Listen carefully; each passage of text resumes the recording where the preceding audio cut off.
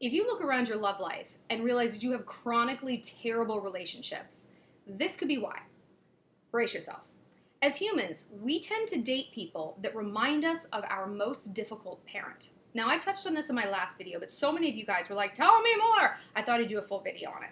It took me a lot of years in therapy to realize this.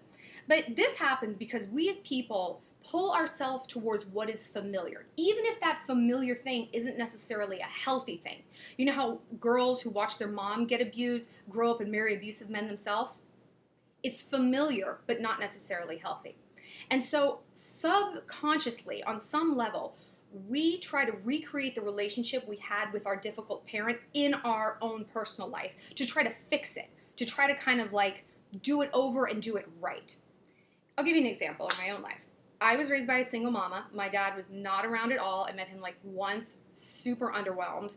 And I always assumed that like, obviously he was the difficult parent, you know? Turns out there wasn't enough, I guess, data to pull from on that relationship to give me a complex about him. My difficult parent was my mother. Now, my mom was a flight attendant when I was growing up, so she would travel all the time. And when she was home, it was like sunshine, puppy dog, sugar, pom-pom, rainbows. We were so happy. I was the most loved, the most adored. Like, it was just incredible. We had a wonderful relationship. But then she'd get on a plane and she'd leave. And this was before Skype and email and text and all this. So when she was gone, ghost mode for like days. And when you're 7, 8, even 13, that's a really long time and that's really difficult.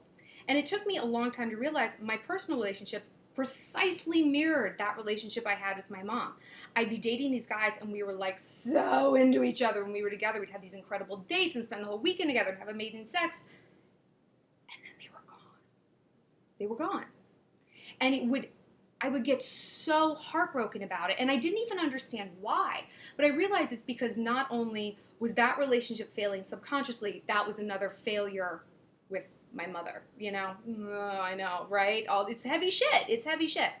So what you need to do, if you're looking around, and not just relationships, anything in your life, if you are chronically overweight, always broke, if your friends are always mad at you, if you have a terrible relationship with your siblings, if you're always getting fired, you need to look at those situations and honestly assess your role in it. I'm not saying that you're to blame and that you should know better. We are all the common denominator in our own lives. And you can't change what you don't acknowledge. And you know that you have friends, just like I have friends, who always say, why does this happen to me all the time? This is always happening to me. Well, who's always in your relationships? You are. And while this sounds like an indictment, like I'm making you feel bad, like you're the root of all of your own unhappiness, this is actually a good thing. Now you are empowered to change it. Because if the problem is you, amazing. You are the only person on this planet that you can change. You can't change your parents. You can't change your friends. You sure as hell cannot change someone you're dating. If it was possible, believe me, I would have done it. Out of everyone on planet Earth, it would have been me because I'm really manipulative and I probably could have done it. But you can't. If I can't do it, trust me, no one else can, and I don't want you to waste your time. Instead, look at these relationships and how they might mirror something that happened in your childhood. Go through your past dating history and try to make actual notes. Like, you know when people are trying to lose weight and they say, oh, keep a food diary, see where the weak spots are? Do that in other aspects of your life. See where the weak spots are. See what patterns keep coming up. And the big thing when you have a psychological breakthrough, the big worry is like, well, now what? So I know it. What am I going to do to change it? But that's the thing with psychological breakthroughs, is sometimes just being aware of it, like, loosens the knots. It really is like magic, because then you can sort of separate yourself from these chronic issues that are happening. Like, when I realized that I was dating people who reminded me of my relationship with my mother, I know, so weird, I was like, okay, it's not him that I'm grieving, it's this childhood abandonment that is coming back up. It's not this douche, it's that. And when I could connect to what the root issue was, I could fix that.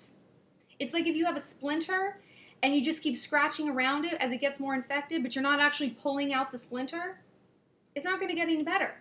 When you go in there and when you do the work and endure that extra bit of intense pain, everything heals and you can move on and you can be healthy from the inside out again. So really do the work. get down to who you are and see these patterns in your life. You are the architect of your happiness. For better or for worse, it all comes down to you.